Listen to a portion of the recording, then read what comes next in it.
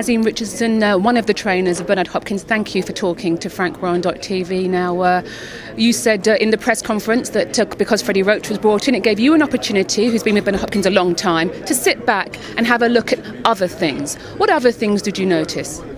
Well, the one thing I noticed with Bernard, I realized I'm going to have a problem after this fight, because when Bernard surpasses Calzaghe, how are you going to tell that man to sit down? That, yo, it's still time to sit down with that kind of success he's having with these young guys.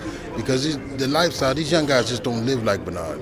These guys go drink, they think they're supposed to be 25 pounds ahead before they go in the weight. Or I'm getting my weight down and all that. He's never come to camp more than 5 pounds over his weight. One time he was out of the gym for a year, and he came back, he was almost 170.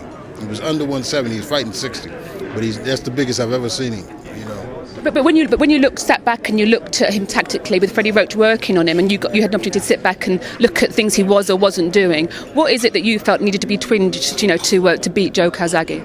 Nothing that when I said to him he didn't do. See, Bernard's the kind of guy, Bernard can see a shot, and because he sees the shot, he may not take it then.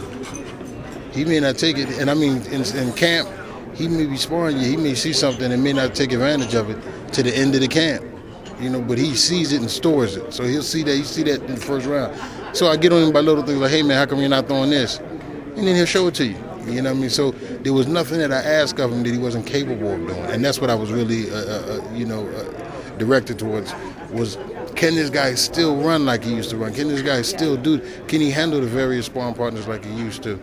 And he answered all those questions.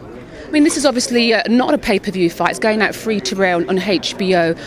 Would it be fair to say that for this to be the type of fight that boxing fans around the country, indeed the world, want to see, that Bernard Hopkins is going to have to come to fight?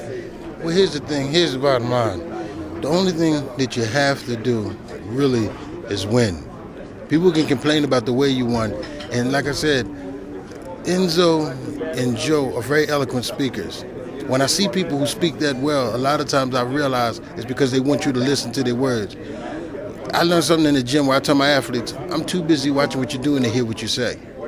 So when I hear little things like, oh, Bernard, I want you to come this way and come, how are you going to dictate how the other guy, you want the other guy to fight you? But I see it must have worked for him all those other times, because if you look at his tapes, those other guys, when they went over the worlds, they fed into that. Because boxing is a sport of machismo, so men get into that macho thing. Oh, I'm going to win this fight. You're not going to tell me how to win this fight. I'm going to win this fight, and that's how it's going to be done. So people will try to play those mind psychological games, but this is the first time he's dealt with a team and dealt with other athletes. He dealt with another athlete who has been to the big picture. See, Joe was always the big picture. When you come to him, this is the biggest fight of your life. Not when you go to a guy like Bernard, and he's fought Oscar De La Hoya and Trinidad. He's been on the big stage before. So the little verbal, psychological, how I should fight, you're not my camp.